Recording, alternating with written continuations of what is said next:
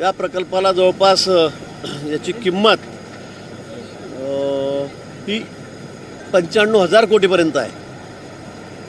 यातून आपल्याला जवळपास 64 TMC पाणी मिळणार आहे आणि यातून विदर्भातले 8 जिल्हे आणि 38 तालुके हे त्यात कव्हर होणार आहेत।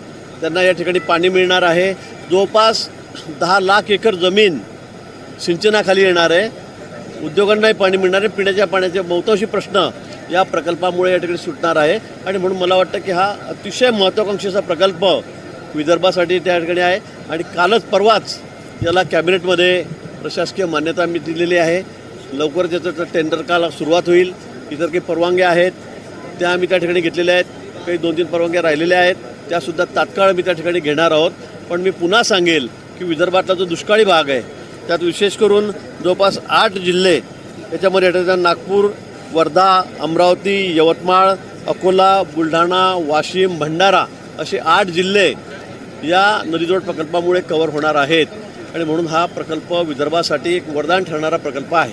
नक्की किती भूसंपादन केलं जाईल, पुनर्वसन कशा प्रकारे केलं जाणार आहे लोकांच्या आणि मदत कशा प्रकारे दिली जाणार आहे? यामध्ये नियमानुसार जी मदत आहे ती सगळ्यांना दिली जाईल।